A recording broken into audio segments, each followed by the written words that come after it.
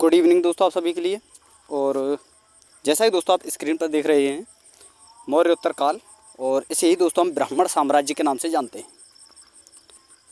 क्योंकि दोस्तों आप सभी को पता ही है जो ब्राह्मण साम्राज्य की जो स्थापना है सबसे पहले दोस्तों पुष्यमित्र शुंग ने की थी, और इसी ने ही दोस्तों शुंग वंश की स्थापना की थी। और यहीं से दोस्तों हमारा जो है ब्राह्मण साम्राज्य जो है स्टार्ट होता है।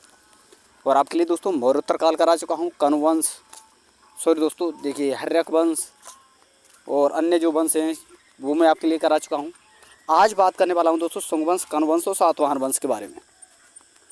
और इससे रिलेटेड जितनी आपकी थ्योरी बनती है, जितने आपके क्वेश्चन बनते हैं दोस्तों, प्रीवियस ईयर क्वेश्चन जो बनते हैं, यदि दोस्तों मैंने इस वीडियो में आपके लिए दोस्तों थ्योरी और क्वेश्चन दोनों चीज़ें रखे हैं। तो पहले हम थ्योरी करेंगे, उसके बाद दोस्तों क्वेश्चन लगाएंगे, और आपको बताना है कमेंट में कि वीडियो आपको कैसी लगी, कैसी नहीं लगी, कितने आपने क्वेश्चन सही किए, वो सारी चीज़ आपको लास्ट में कमेंट में बता देना है। और लास्ट में दोस्तों होमवर्क के लिए भी एक क्वेश्चन मैंने आपके लिए रखा है। तो आज आपका जो है दोस्तों एक तरह से ये समझिए प्रैक्टिकल मान लिए, यानी आप दोस्तों अपना एग्ज़ाम समझिए, क्योंकि सारी चीज़ें मैं आपके लिए इसमें कराऊंगा। बाद में आपको क्वेश्चन लगाने हैं और आपको बताना है आपने कितने प्रश्न सही किए। तो चलिए दोस्तों वीडियो को शुरू करते हैं। और वीडियो को शुरू करने से पहले दोस्तों देखिए एक चीज़ और मैं आपके लिए बता दूं कि सातवाहन वंश के शासकों द्वारा जो सिक्के जारी किए गए थे वो आपको याद रखने हैं। चांदी के सिक्के जारी किए थे उन्होंने सातवाहन वंश ने, और तांबे के सिक्के, पोटीन जिसे हम कहते हैं दोस्तों, यानी चांदी के जो घटिया सिक्के जो होते हैं दोस्तों उन्हें हम पोटीन के नाम से जानते हैं, यानी पोटीन के सिक्के और शीशे के सिक्के। और दोस्तों यह प्रश्न बहुत ज़्यादा कई बार पूछा जा चुका है, चांदी के सिक्के और पोटीन के सिक्के किस वंश ने जो है दोस्तों जारी किए थे। तो आपको याद रखना है दोस्तों सातवाहन वंश। तो चलिए दोस्तों अब एक एक करके हम जो वंश हैं दोस्तों, शुंग वंश, कनु वंश, सातवाहन वंश, एक एक करके हम देखते हैं कि थ्योरी क्या बनती है। फिर उसके बाद दोस्तों क्वेश्चन लगाएंगे, और वीडियो पर लास्ट तक बने रहना है। वीडियो अच्छी लगे तो वीडियो को लाइक कर देना है दोस्तों, शेयर कर देना है। और जिन्होंने चैनल को सब्सक्राइब नहीं किया वो चैनल को सब्सक्राइब करके साथ में ऑल वाला बेल आइकन दबा लें दोस्तों, ताकि मेरी आने वाली हर वीडियो का नोटिफिकेशन सबसे पहले दोस्तों आपके पास पहुँच सके। तो देखिए दोस्तों चलिए शुरुआत करते हैं शुंग वंश से, क्योंकि दोस्तों यहीं से हमारे ब्राह्मण साम्राज्य की स्थापना होती है और यहीं से जो है ब्राह्मण साम्राज्य का विस्तार होता है। तो देखिए दोस्तों शुंग वंश जो है इसके जो संस्थापक थे दोस्तों वो थे पुष्यमित्र शुंग। ये आपको याद रखना है, बहुत ज़्यादा इंपॉर्टेंट है दोस्तों, बहुत ज़्यादा ये प्रश्न पूछा जाता है कि शुंग वंश की स्थापना किसने की, तो पुष्यमित्र शुंग ने। और यह मौर्य साम्राज्य के दोस्तों अंतिम शासक बृहद्रथ का सेनापति था, जो बृहद्रथ की हत्या कर दी इसने, और उसके बाद मौर्य वंश के स्थान पर इसने दोस्तों शुंग वंश की स्थापना की थी। यानी दोस्तों यह प्रथम ब्राह्मण जो है राजवंश था जिसने दोस्तों मगधी गद्दी पर पहली बार दोस्तों प्रशासन किया, यानी शासन किया। और इसकी राजधानी क्या थी दोस्तों, विदिशा, जो कि एमपी में थी। और दोस्तों आपको बता दूं जो पुष्यमित्र शुंग जो है, यानी दोस्तों शुंग वंश जो है, इसे दोस्तों बौद्ध ग्रंथों में पुष्यमित्र शुंग को दोस्तों बौद्ध द्रोही कहा जाता है, क्योंकि इसने अपने शासनकाल के में दोस्तों बहुत सारे जो बौद्ध स्तूप थे उन्हें नष्ट करवाया था। ये आपको याद रखना है। आगे देखते हैं दोस्तों शुंग वंश के बारे में बहुत सारी जो है थ्योरी बनती है, उसे हम एक एक करके क्रम बाय दोस्तों सारी थ्योरी कंप्लीट करने वाले हैं। तो वीडियो पर लास्ट तक आपको बने रहना है। फिर उसके बाद दोस्तों क्वेश्चन भी लगाने वाले हैं, तो आपको लास्ट तक वीडियो पर बने रहना है दोस्तों। और दोस्तों मैं आपको बता दूं ये जितनी वीडियो मैं आपके लिए बना रहा हूँ ना जीके की दोस्तों, चाहे मैं जीके की वीडियो डालूँ चाहे साइंस की, तो जीके की वीडियो के बारे में एक बात बता दूं मैं दोस्तों आपको कि आप चाहे सीजीएल की तैयारी कर रहे हो, चाहे एएलपी की कर रहे हो, चाहे ALP technician, group D, NTPC पर खासकर आपको याद रखना है दोस्तों, एनटीपीसी वालों के लिए। और कि उसमें जो एनटीपीसी में जो है दोस्तों 40 नंबर की जनरल अवेयरनेस है आपके लिए, जिसमें दोस्तों कम से कम 30 से 35 प्रश्न, सॉरी दोस्तों लगभग 30 प्रश्न आपके दोस्तों जीके से रिलेटेड होंगे, और लगभग 10 प्रश्न ही दोस्तों आपके साइंस से रिलेटेड होंगे, आपको याद रखना है। आरपीएफ वाले हैं उनके लिए भी इम्पोर्टेंट है दोस्तों, क्योंकि दोस्तों जो मैं ये जीके आपके लिए करा रहा हूँ ना, ये जीके दोस्तों एक तो चैप्टर वाइज चल रही है, और फिर उसके बाद भी दोस्तों क्रम वाइज लेकर चल रहा हूँ। सारी चीज़ें आपके लिए एक साथ करा रहा हूँ दोस्तों, क्वेश्चन भी थ्योरी भी, ताकि दोस्तों हाथों हाथ सारी चीज़ें आपको याद हो।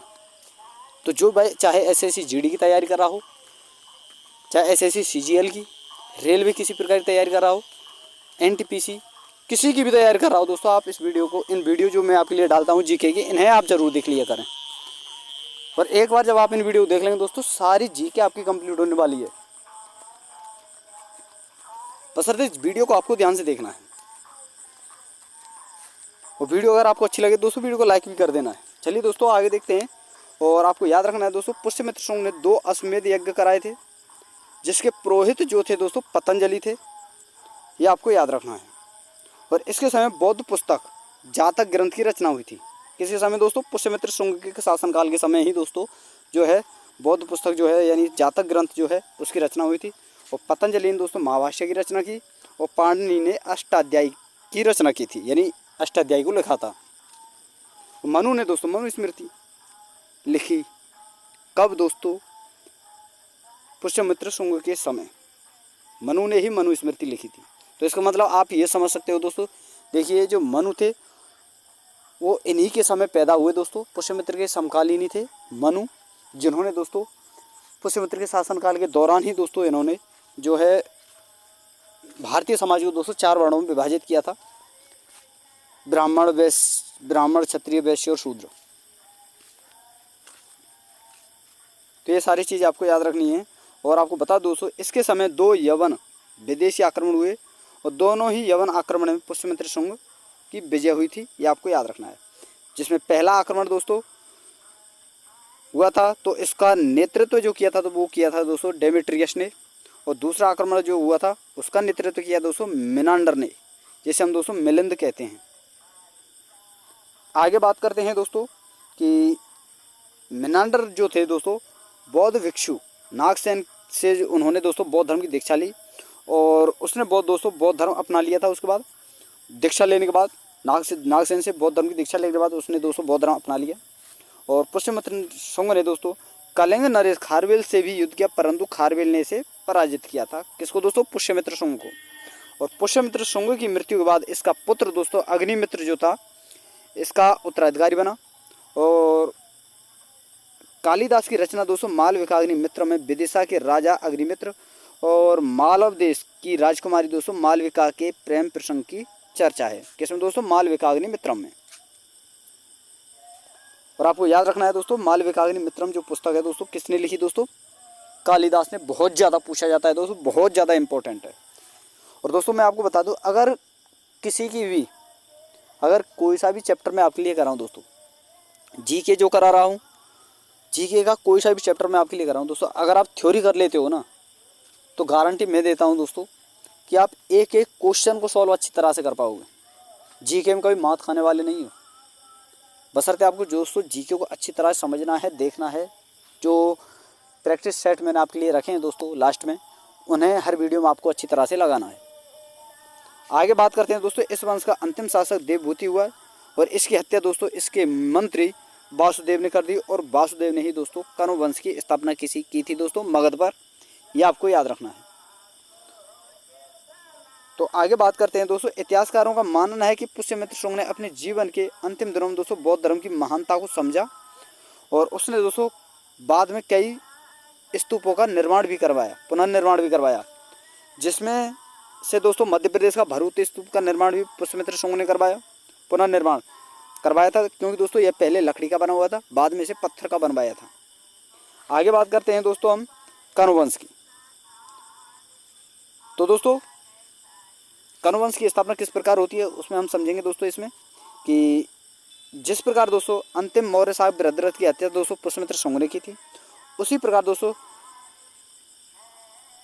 वासुदेव ने अंतिम शुंग शासक दोस्तों देवभूति की हत्या करके 75 ईसा पूर्व में दोस्तों कनु वंश की स्थापना की थी। और दोस्तों कनु वंश का संस्थापक किसे माना जाता है दोस्तों? वासुदेव को। और इस वंश का अंतिम शासक दोस्तों सुशर्मा था। यह ज़्यादा इंपॉर्टेंट नहीं है दोस्तों, कनु वंश के बारे में केवल इतना ही पूछा जाता है कि कनु वंश की स्थापना किसने की, क्योंकि इसके समय दोस्तों इतने कोई महत्वपूर्ण कार्य हुए नहीं थे, तो इसलिए दोस्तों खाली यही पूछा जाता है कि कनु वंश की स्थापना किसने की, तो सुशर्मा ने, ये आपको याद रखना है। और उसके मंत्री जिसकी हत्या दोस्तों उसके मंत्री सिमुख ने कर दी, और बाद में दोस्तों सातवाहन वंश की स्थापना कर दी। तो अब बात होगी दोस्तों सातवाहन वंश की, और इसे आपको डिटेल में आपको देखना है दोस्तों। तो देखिए दोस्तों सातवाहन वंश का जो संस्थापक था सिमुख था, ये आप सभी को पता है। प्रारंभ में यह वंश दोस्तों महाराष्ट्र के क्षेत्र में था, किंतु शक राजाओं ने उन्हें महाराष्ट्र छोड़ने पर विवश कर दिया और सातवाहन वंश को आंध्र प्रदेश में स्थानांतरित होना पड़ा था, जिसके कारण उन्हें दोस्तों आंध्र सातवाहन भी कहते हैं। और सातवाहन की राजधानी दोस्तों महाराष्ट्र का प्रतिष्ठान था, ये भी आपको याद रखना है। सिमुक की मृत्यु के बाद दोस्तों उसका छोटा भाई कृष्ण यानी दोस्तों कान्हा शासक बना और कान्हा के बाद उसका पुत्र सातकर्णी प्रथम शासक बना,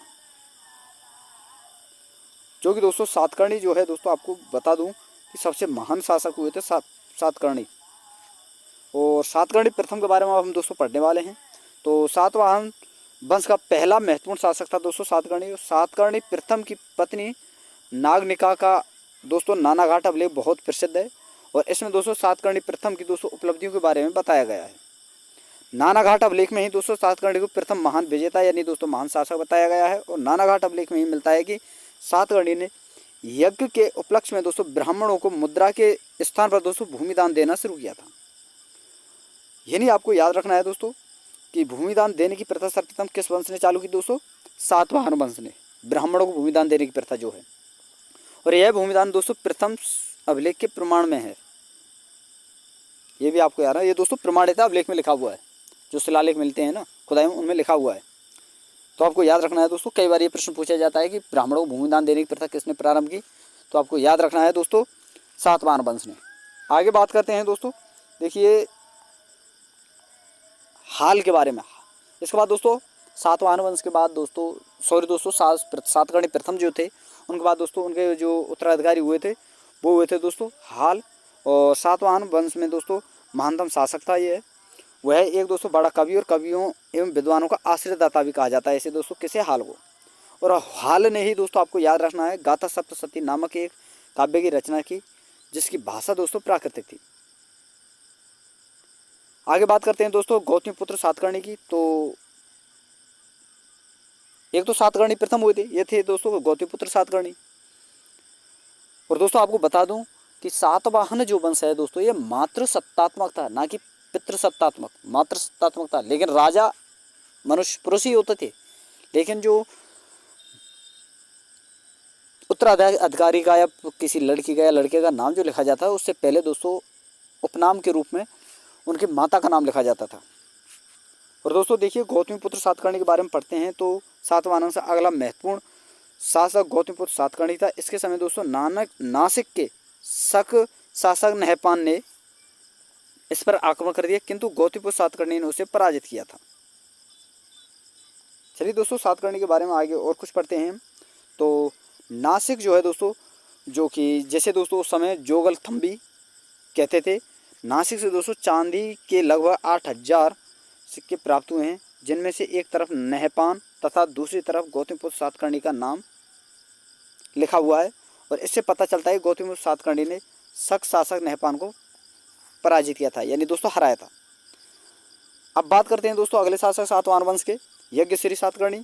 तो यज्ञश्री सातकर्णी जो है दोस्तों सातवाहन वंश का अंतिम महत्वपूर्ण राजा था और उसने दोस्तों शकों के विचित्र क्षेत्र पर पुनः अधिकार कर लिया था। तो देखिए दोस्तों सातवाहन सातकर्णी जो हुए थे इनके बारे में आगे हम पढ़ते हैं। यज्ञश्री सातकर्णी जो हैं दोस्तों व्यापार एवं जल यात्रा के प्रेमी थे और उसके सिक्कों पर जहाज के चित्र बने हुए हैं दोस्तों, जिससे उसकी जल यात्रा एवं व्यापार का पता चलता है। और उसके सिक्के दोस्तों आंध्र प्रदेश, महाराष्ट्र, मध्य प्रदेश और गुजरात से प्राप्त हुए हैं। और यज्ञश्री की मृत्यु के बाद दोस्तों सातवाहन साम्राज्य का जो है विभाजित हो गया, यानी विभाजन हो गया, जिसका मुख्य कारण था दोस्तों विद्रोह एवं केंद्रीय शासन की दुर्बलता थी। तो ये था दोस्तों आपका सातवाहन वंश। तो दोस्तों सबसे पहले तो आपको बताना है कि थ्योरी आपको कैसी लगी। देखिए दोस्तों थोड़ी बहुत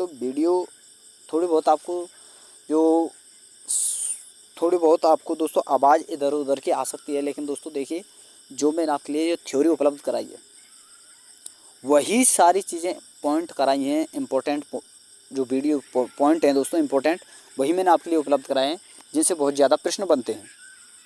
तो दोस्तों थ्योरी आपको कैसी लगी। अब बात करते हैं दोस्तों प्रैक्टिस सेट लगाते हैं, एक एक करके प्रश्न देखते हैं। और अगर आपने थ्योरी अच्छी तरह से समझी हो दोस्तों तो आपको एक एक प्रश्न को सही करना है और कमेंट में आपको बताना है दोस्तों कि आपने कितने प्रश्न सही किए। तो चलिए दोस्तों शुरू करते हैं वीडियो को। सॉरी दोस्तों, वीडियो तो शुरू हो चुकी है, लेकिन हम जो प्रैक्टिस सेट है उसे शुरू करते हैं। और पहला प्रश्न है दोस्तों कि मगध पर शुंग वंश की नींव किसने डाली थी? तो किसने डाली दोस्तों? पुष्यमित्र शुंग ने। ऑप्शन नंबर ए आपका सही आंसर होगा। अगला प्रश्न है प्रश्न नंबर 13, पुष्यमित्र शुंग किस जाति का था? तो किस जाति का था दोस्तों? ब्राह्मण का। ऑप्शन नंबर डी आपका सही आंसर होगा। अगला प्रश्न है प्रश्न नंबर 14, शुंग वंश के शासकों ने अपनी राजधानी कहाँ स्थापित की? तो कहाँ स्थापित की दोस्तों? विदिशा में। ऑप्शन नंबर ए आपका सही आंसर होगा। अगला प्रश्न है प्रश्न नंबर 16, सॉरी दोस्तों 4, कि पुष्यमित्र शुंग को किस इंडो यूनानी शासक ने पराजित किया? तो किसने किया दोस्तों? मिनांडर ने। ऑप्शन नंबर बी आपको सही आंसर होगा। और दोस्तों थ्योरी अगर आपने अच्छी तरह से समझी होगी, देखी होगी, तो दोस्तों आप एक एक प्रश्न को सॉल्व कर पाओगे। तो इसलिए कहता हूँ दोस्तों, थ्योरी पर बहुत ज़्यादा ध्यान दिया करें, उसके बाद प्रैक्टिस सेट लगाया करें, ताकि आपको सारी चीज़ें अच्छी तरह से कंप्लीट हों। अगला प्रश्न है दोस्तों प्रश्न नंबर ये रहा आपका 5वां, और इसमें आपसे पूछा गया पुष्यमित्र शुंग ने कितनी बार अश्वमेध यज्ञ कराए? तो कितनी बार कराए दोस्तों? 2 बार। ऑप्शन नंबर ए आपका सही आंसर होगा। अगला प्रश्न है और प्रश्न नंबर 6 आपके से पूछा जाएगा, सॉरी दोस्तों पूछा गया है, इसमें आपसे पूछा गया है कि पुष्यमित्र शुंग के लिए किसने अश्वमेध यज्ञ जो है करे थे? तो किसने किए थे दोस्तों? पतंजलि ने। ऑप्शन नंबर सी आपका सही आंसर होगा। अगला प्रश्न है दोस्तों, और इसमें आपसे पूछा गया है भरूच स्तूप का निर्माण किसने करवाया? तो किसने करवाया दोस्तों? पुष्यमित्र शुंग ने। ऑप्शन नंबर ए आपका सही आंसर होगा।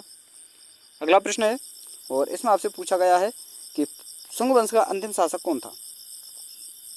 तो कौन था दोस्तों? देवभूति। ऑप्शन नंबर सी आपका सही आंसर होगा। अगला प्रश्न है प्रश्न नंबर 20, और आपसे पूछा गया है देवभूति की हत्या कब हुई थी? तो कब हुई दोस्तों देवभूति की हत्या? 71 ईसा पूर्व में। ऑप्शन नंबर सी आपका सही आंसर होगा। अगला प्रश्न है दोस्तों प्रश्न नंबर 21, और इसमें आपसे पूछा गया है देवभूति की हत्या किसने की? तो किसने की दोस्तों? बताइए दोस्तों आप जल्दी से, अगर आपने थ्योरी की होगी अच्छी तरह तो आप बता सकते हैं। तो दोस्तों देवभूति की जो हत्या की थी वो की थी आपकी वासुदेव ने। ऑप्शन नंबर ए आपका सही आंसर होगा। अगला प्रश्न है प्रश्न नंबर ये रहा आपका, शुंग वंश के बाद मगध की गद्दी पर किस वंश की नींव डाली गई? तो किस वंश की डाली गई दोस्तों? जल्दी से बताइए। शुंग वंश के बाद जो नींव डाली गई थी दोस्तों वो थी आपकी कनु वंश की। ऑप्शन नंबर बी आपका सही आंसर होगा। और देखिए दोस्तों थोड़ी बहुत आपको जो है सराउंडिंग साउंड आ सकती है, कि क्योंकि दोस्तों बरसात हो चुकी है यहाँ पर, तो मेरा जो मकान है वो भी आप सभी को पता ही दोस्तों, कई बार मैं वीडियो में बता चुका हूँ, थोड़ा सा खेतों की तरफ है और मतलब चारों तरफ जंगल है, तो उसमें क्या है दोस्तों थोड़ी बहुत मेंढकों की टर्राने की आवाज़ आ सकती है। तो आप दोस्तों जो है वीडियो पर अच्छी तरह से कंसंट्रेट बनाए रखना और वीडियो को लास्ट तक देखना, और एक एक प्रश्न को आपको समझना है और आपको बताना है कमेंट में कि आपने कितने प्रश्न सही किए। अगला प्रश्न है दोस्तों प्रश्न नंबर 23, कनु वंश की नींव किसने डाली थी? तो किसने डाली दोस्तों? वासुदेव ने। ऑप्शन नंबर ए आपका सही आंसर होगा। अगला प्रश्न है प्रश्न नंबर 13, और इसमें आपसे पूछा है कनु वंश का अंतिम राजा कौन था? तो कौन था दोस्तों कनु वंश का अंतिम राजा? तो देखिए दोस्तों कनु वंश का जो अंतिम राजा था वो था आपका दोस्तों सुशर्मा। ऑप्शन नंबर बी आपका सही आंसर होगा। अगला प्रश्न है प्रश्न नंबर 25, सुशर्मा की हत्या किसने की?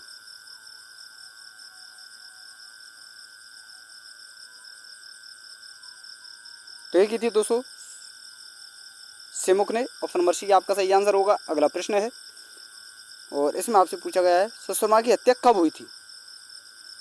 तो कब हुई दोस्तों? 63 ईसा पूर्व में। ऑप्शन नंबर डी आपका सही आंसर होगा।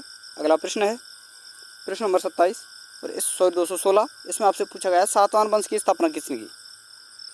तो किसने की दोस्तों? सिमुक ने। ऑप्शन नंबर सी आपका सही आंसर होगा। अगला प्रश्न है प्रश्न नंबर 28, इसमें आपसे पूछा गया है सातवाहन शासकों ने अपनी राजधानी कहाँ स्थापित की थी? तो कहाँ स्थापित की दोस्तों? प्रतिष्ठान। ऑप्शन नंबर सी आपका सही आंसर होगा। अगला प्रश्न है प्रश्न नंबर 29, इसमें आपसे पूछा गया प्रतिष्ठान वर्तमान में कहाँ स्थित है? तो प्रतिष्ठान जो है दोस्तों वर्तमान में महाराष्ट्र के औरंगाबाद जिले में है। ऑप्शन नंबर ए आपका सही आंसर होगा। अगला प्रश्न है दोस्तों प्रश्न नंबर 30, सातवाहन शासकों के समय प्रसिद्ध साहित्यकार कौन थे? तो दोस्तों आपको याद रखना है, बहुत ज़्यादा ये प्रश्न पूछा जाता है। हाल और गुणाढ्य जो थे ये दोस्तों सातवाहन वंश के प्रसिद्ध साहित्यकार थे, ये भी आपको याद रखना है। और हाल तो जो है दोस्तों खुद खुद भी एक राजा थे सातवाहन वंश के, जो कि प्रसिद्ध और विद्वान कवि थे। अगला प्रश्न है दोस्तों प्रश्न नंबर 31। इसमें आपसे पूछा गया है ब्राह्मणों को भूमि दान देने की प्रथा का प्रारंभ सर्वप्रथम किसने किया? तो दोस्तों शुरुआत में मैं आपके लिए बता चुका हूँ, सातवाहन वंश के शासकों ने। ऑप्शन नंबर बी आपका सही आंसर होगा। और अगला प्रश्न है दोस्तों और अंतिम प्रश्न है इस वीडियो का, और ये आपको दोस्तों HW क्वेश्चन है और आपको दोस्तों कमेंट में बताना है इसका आंसर क्या होगा। तो दोस्तों वीडियो आपको कैसी लगी, और वीडियो अगर आपको अच्छी लगी हो, बेहतर लगी हो, तो आपसे रिक्वेस्ट है प्लीज़ वीडियो को लाइक कर देना, शेयर कर देना, और जितना हो सके दोस्तों वीडियो को शेयर करना ज़रूर, पर हर ग्रुप में शेयर करना, अपने हर भाई फ्रेंड को, फ्रेंड सर्कल में दोस्तों हर फ्रेंड को, हर भाई को शेयर करना। और जिन्होंने दोस्तों चैनल को सब्सक्राइब नहीं किया है, जो हमारे चैनल को पहली बार विजिट कर रहे हैं, उनसे रिक्वेस्ट है दोस्तों चैनल को सब्सक्राइब करके साथ में ऑल वाला बेल आइकन दबा लेना, ताकि दोस्तों मेरी आने वाली हर वीडियो का नोटिफिकेशन सबसे पहले दोस्तों आपके पास पहुँच सके। तो थैंक यू दोस्तों, धन्यवाद। फिर मिलते हैं नई वीडियो के साथ।